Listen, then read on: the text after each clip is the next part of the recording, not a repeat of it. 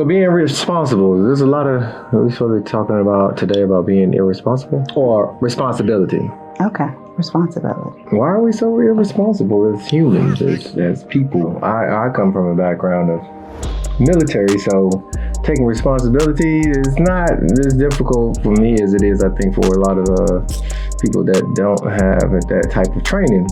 So from a perspective of someone that didn't have that type of training, what is the difficult part that we have with being responsible, taking responsibility for the decisions we make, taking responsibility for like becoming being a man and becoming a father and being a loving, caring mother and being a good steward over our body, our mind. So for me, I think it's about admitting fault. Who wants to admit you did something wrong or you're the cause of something going bad? So it's hard for people to take responsibility because you're admitting that you did something wrong. And I think it's hard to admit when you've made a mistake, especially if it has dire consequences. It's always easier to deflect and give other reasons as to why it happened. I mean, we were just listening to a teaching about the fall of man in the very beginning, and we've talked about this previously, where, Eve ate the apple and gave it to Adam, and when God came looking for Adam, he asked, how did this happen? And he deflected. It wasn't his fault. It was the woman that you gave me. Instead of taking responsibility and saying, instead of me standing my ground and telling Eve that she was wrong for eating the apple, I partake of it as well. No, that wasn't the response. And that's because when you have to be responsible for your actions, you have to admit your wrongdoing. And that's just not easy for some people.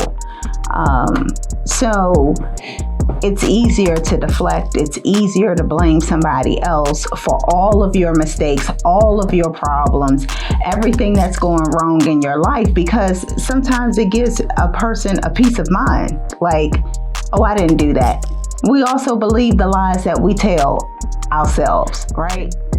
Because you can blame it on somebody else, so that kind of gives you comfort and that it's not your fault. True, I can see that.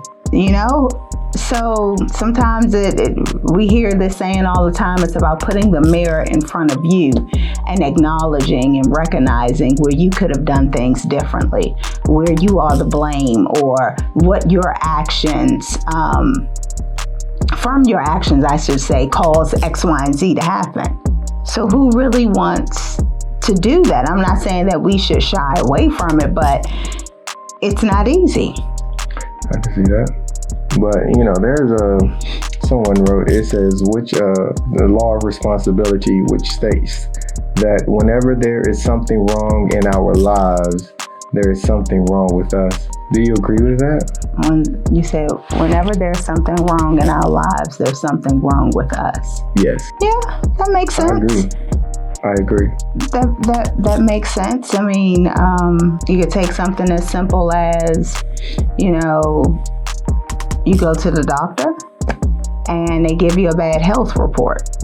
I think most of us would want to probably hear it was something hereditary that we had nothing to do with why we have high cholesterol or high blood pressure or diabetes, whatever it is. But you also have to say, what did I do? Or what could I done to prevent this?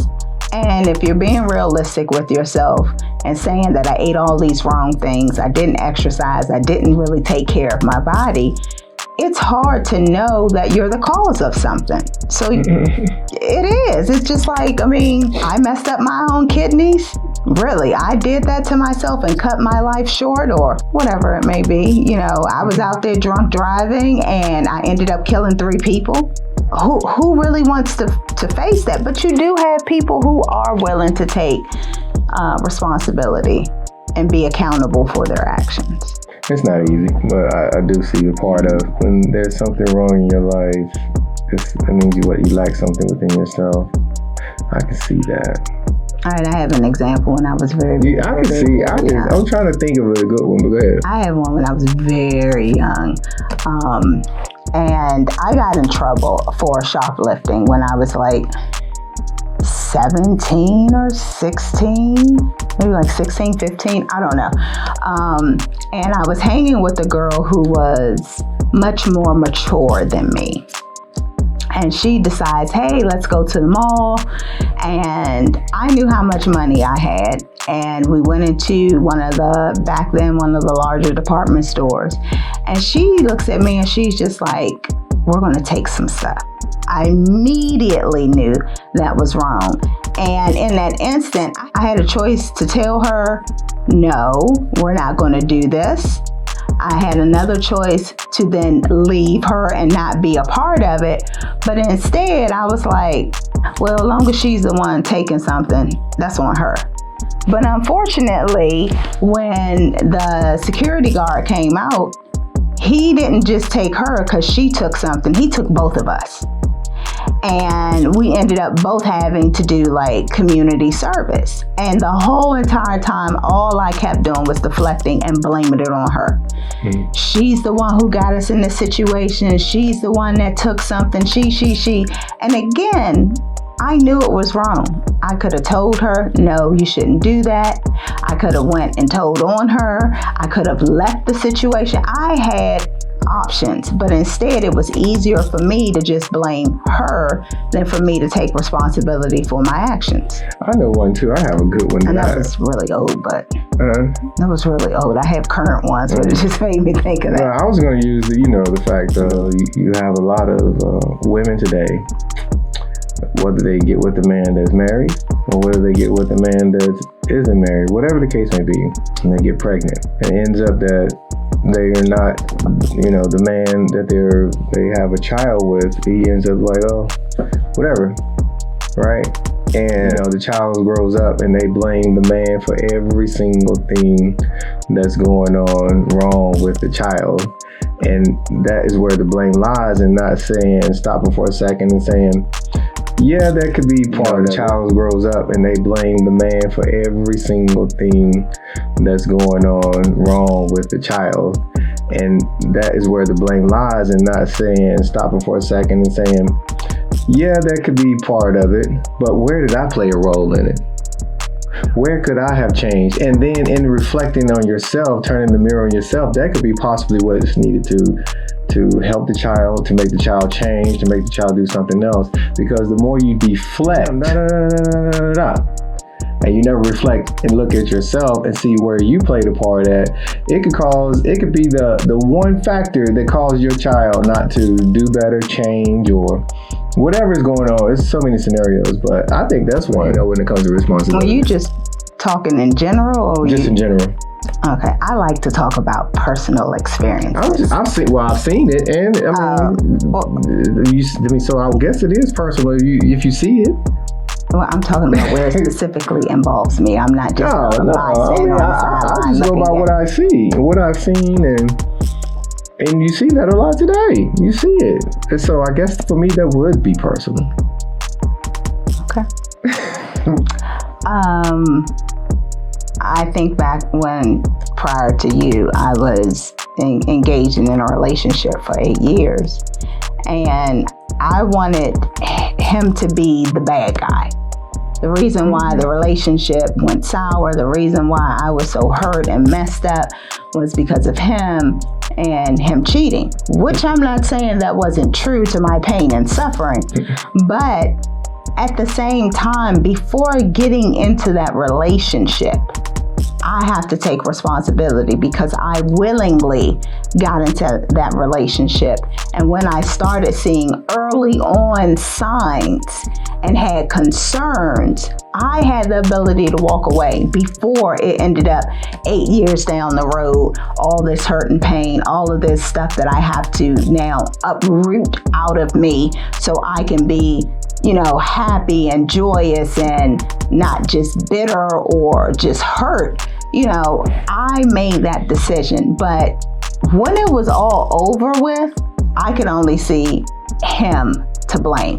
It was just, he cheated, he did this, he did that. I didn't do this, I didn't do that. It's all him. But it's like, I knew probably 3 years in that this was not a healthy relationship, but I chose to stay. And I'm not saying that when you're going through things that some people have the ability to become the victim and stay there. Oh, poor me, I did all these things wrong and I suck and, nobody will ever love me. And I'm not saying turn it into that. I think we should acknowledge our part, heal from that, and make better and wiser choices. You have to be very careful, because we can also go into a downward spiral of, look what I done. I did all this wrong. Again, I made a stupid decision. I can't do anything right. Stay clear of that. We have the ability to either be the victim. Oh my goodness, we can play that role. Everybody else is wrong and I'm right. Or you'll get into a place where you're just blaming yourself for everything and you're the bad person. You're the weak person. Nobody loves you. You can't do anything right. So you have to be very careful. But I just encourage everyone, and I'm going to keep saying it, with every situation that you're in, there's things that you can learn from that situation. I think it's imperative for us to speak the truth, be truthful with yourself, be truthful with others. That, in my opinion, helps you heal quicker as well. But a lot of times we're too ashamed. We're embarrassed. We don't want nobody to know that these things have happened to us. So we either continue to tell a lie. In some cases, we don't say anything at all. And that doesn't help you. In our individual journeys, it should be about truth. It should be about healing. It should be about growing. And in order for you to achieve that, we have to live the truth and be the truth. Instead of living a lie, and then you wake up one day and you're like, why is my life so bad? Why don't I feel like I have a purpose? I don't feel fulfilled. I just feel like everything goes wrong, and I'm looking around and everybody else's life is just progressing and I'm still in the same situation. I guarantee you it's because we're not living the truth. There are things that we need to face and address, and it's hard. I've seen a lot of ugly in me where I've tried to say like, no, it's everybody else. No, I had to look at myself and say, you know what? That's not pretty. I need to change. Whether it's having a know-it-all mentality, whether you're trying to go out and help everybody else, but you fail to take the time and attention to help yourself. And another thing, we talked about this upstairs, and I'm going to bring this into it, even though I feel like we're on different topics, but we were talking about how we want everybody else to extend grace to us, but we don't want to extend grace to others. And so we talked about this previously, about a book in the Bible where it talks about the servant who went before the king and owed all of this money. He begged for more time because the king was like, okay, you don't have my money. I'm going to throw you in jail. I'm going to make your wife and your kids a slave. I'm going to take everything from you. So he begged for more time. He begged, please have mercy. Give me more time. And you know what? He said, okay, I'm going to give you that time. I'm going to give you that time. Matter of fact, no. I'm not just going to give you the time. I'm going to wipe your debt. You're free to go, free and clear. You don't owe me anything.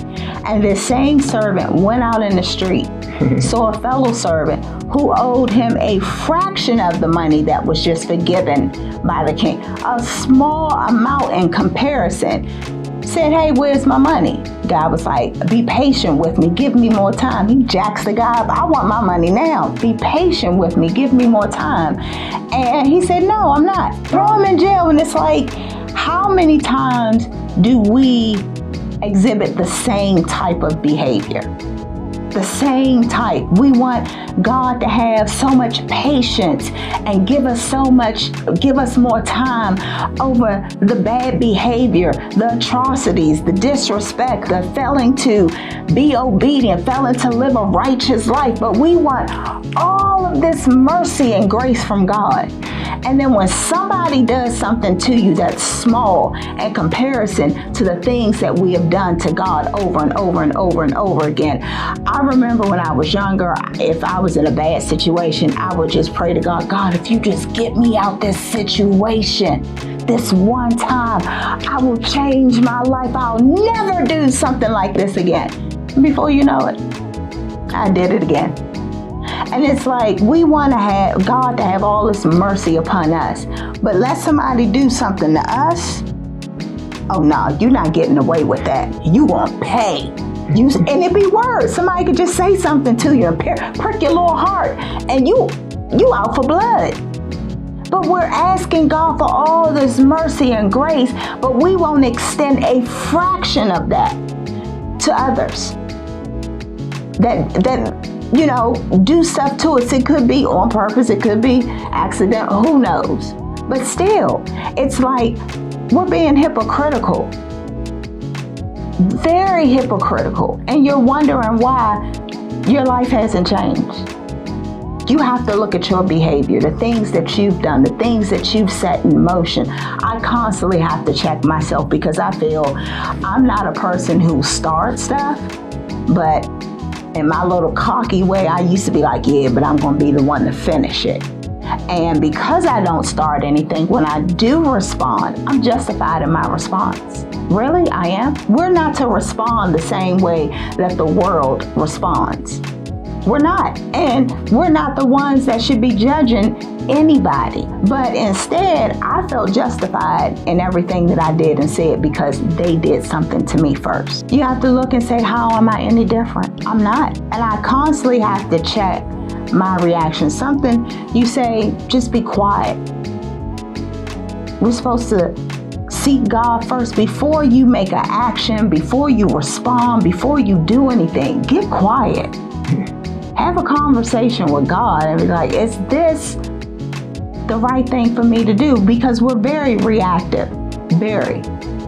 And before you know it, you set something in motion and that snowball effect happens. And before you know it, you're in such a bad place and you don't know even how to climb up out of it. So extend grace to other people. I say think before you react, before you speak. Make sure you're not saying stuff because you're in a very hurt place, or I should more so say a vengeful place. We should extend grace to others. So, right. And period. And then that right there, grace to others, I think is just a word that people misuse today. It's just misused like crazy. Because, you have to understand how people think in human nature. So, let's say me, right? Mm-hmm. I come and do something, I don't know, any scenario to you that is not warranted for me to do to you, right? It's of evil nature, it's of demonic nature. Because I know that you're supposed to have grace, I come and do that. Are you still supposed to have grace? If you do something bad to me, should I still have grace? I don't know if that's grace. I'm thinking more so forgiveness. Grace is like having forgiveness. Grace is like having forgiveness.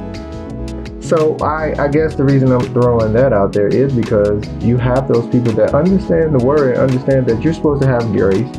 You're supposed to forgive. And if we don't understand what grace is, what forgiveness is, what it looks like, it's more of like, somebody can come in and do whatever, but because I know you're supposed to forgive, because you're supposed to have grace, you got to go by the word. Even though. Well, not grace, mercy upon that person. Mercy upon that person? What does that look like? Like I gave you the story where the servant went before the king and was like, have mercy on me. Don't throw me in jail. Don't throw my wife and kids in jail and take everything. Have mercy upon me. Give me more time. And instead of the king, you know, giving him more time, he said, you know what, I'm gonna go further than that. I'm gonna wipe your debt clear. You know, I mean, I get that. I understand that too, and that's totally true. You know, but back to responsibility. Mm-hmm. You know, if, you know, everybody's quickly going to grace, everybody's going to forgiveness, everybody's going to mercy, it takes away from the point. What's the point? What is the biggest point that can alleviate every single one of them? Taking responsibility. Right. We also put a lot of blame on so-called the devil. You know, that's another topic of its own. Oh, okay. Yeah. Right, Don't put it on the devil. Take responsibility for yourself. I know where you were going with that one. Yeah. So so if you take responsibility for your actions, let's say for me, I come to you and I say something that's, you know, wrong, and not intentionally, but it could, you know, from your perspective, like, man, I didn't really, you know, that was, you know, to me it felt wrong. Mm-hmm. Me now, you have, you know, you telling me, you talking to me about it, that's forgiveness without saying the word forgiveness. But now I have to take responsibility and say, you know what, come back to you and say, you know what, you're right, I didn't even see that, and I apologize. An apology is taking responsibility. Acknowledgement and apologizing is taking responsibility. It's taking responsibility. Acknowledging that. If you are not willing and able to acknowledge something, you know, and then you want somebody to go to them and they should be forgiving, it's like it's two things working against each other. Responsibility, going to someone, or I mean coming to you saying, you know what, I was wrong, I didn't even see that way, but I'm wrong. Forgiveness. That's how you even the playing field. That's what the whole commandment is about. It's about what is the greatest, loving our neighbor as ourselves. Because if you wouldn't want, I wouldn't want somebody to wrong me, so why would I wrong you? But if I didn't know that I wronged you, then, you know, you have to come to me and say, you know what, that was wrong. Okay, what about the timing of it? Like the timing? Yeah, that you go and, I guess, apologize. You know, because sometimes time will pass and the damage is done. You know, it's like in that situation, if maybe that person would apologize to me in that moment and it didn't fester in that person, then the relationship could have been reconciled. Like, do you feel like it doesn't matter how long time goes by? That I feel like in anything, and you know how I am, I feel like any single thing that is whether people believe it or not, is in your mind, is in your blood, is in everything inside of you. So the only way to release it is through what? The word. Speaking it out of your mouth. That's it. That's taking responsibility. And to this day, I still don't understand what is the big issue that people have with releasing words out of their mouth, which is releasing it from your body and all this other stuff, which is taking responsibility so you can. It's pride too. So you can grow. It's about growth. And a lot of people don't understand this. It's a lot of prideful people out here. So to answer your question, I think it's no matter what. And you know, I went through my entire family. Have I ever? If I have, let me, you know, do it right now. The ones that I recognize. You mean because you doing a little snippet. So you went to your family and asked everyone, was there anything that you've done that, you know, they felt like could have been taken the wrong way, blah, blah, blah, blah, blah, blah. And giving them an opportunity to express themselves because it's a release. And you apologize. Yes, regardless of what it is. Regardless of what it is.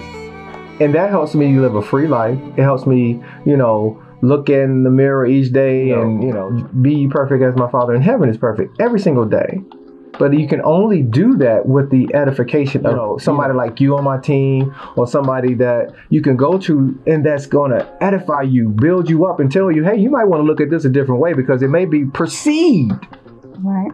Even though if you know in your heart that you're a righteous person, that you try to do things in the will of God, it's tons and billions of people out here, and all it takes is for that one little small bit to, like, you know what, that little bit of, you know, people to say, you know, This I perceived it this way, even though you perceive it, you're talking about these things in a good way. Okay. So if that person doesn't come to me and say, oh, I took this in this way, and give me the opportunity to say, you know what, I can understand it, I can see that. Boom. That's responsibility on both sides. That person, I'm not saying you got to be yelling and screaming and doing all this other stuff. Just come to me. Say it. Maybe I didn't know. Maybe I did know. Yeah. It's true.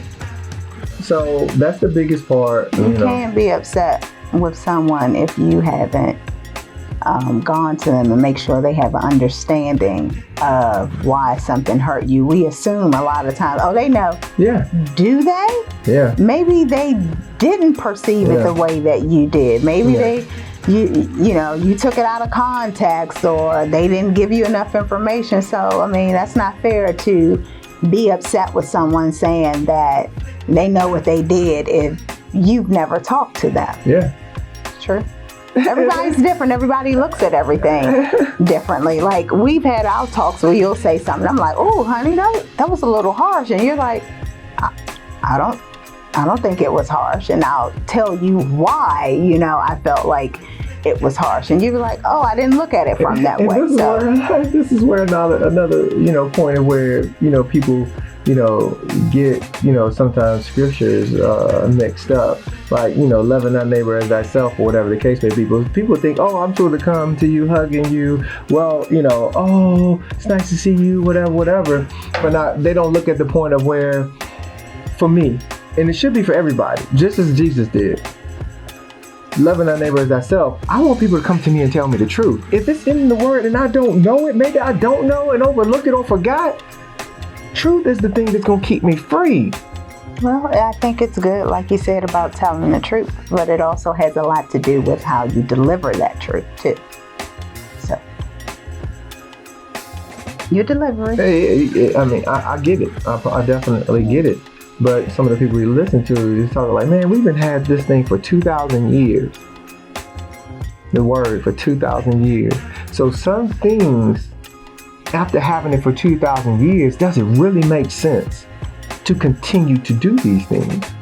It's just take responsibility. Take responsibility and use the words out of your mouth. Use words out of your mouth and take responsibility. For me, I'll do that in a minute because I want to sleep well at night. And I see a lot of people today that they lose sleep at nighttime because of their lack of taking on the most difficult responsibility. It could be, to me, it seems simple, but to those people, it's like, okay, I ain't doing that.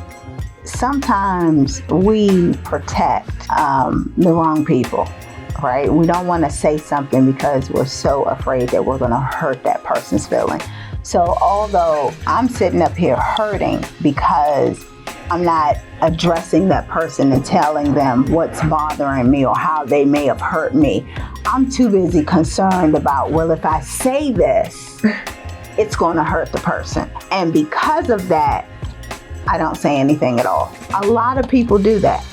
A lot, especially when it comes to, I'm going to say family. You hold back. You don't say certain things out of fear. I don't want to hurt that person.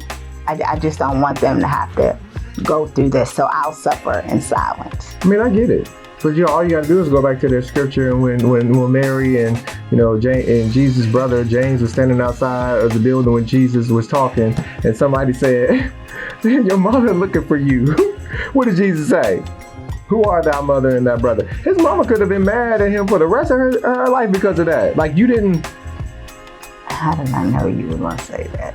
But that could have been something that she took. Whatever. But he. Like, man, listen, I'm trying to get my purpose across, because I know my time is limited. Who are thy mother and thy... Come on. My mother and brother. Yes. And, he was truthful even to the Pharisees and the religious leaders.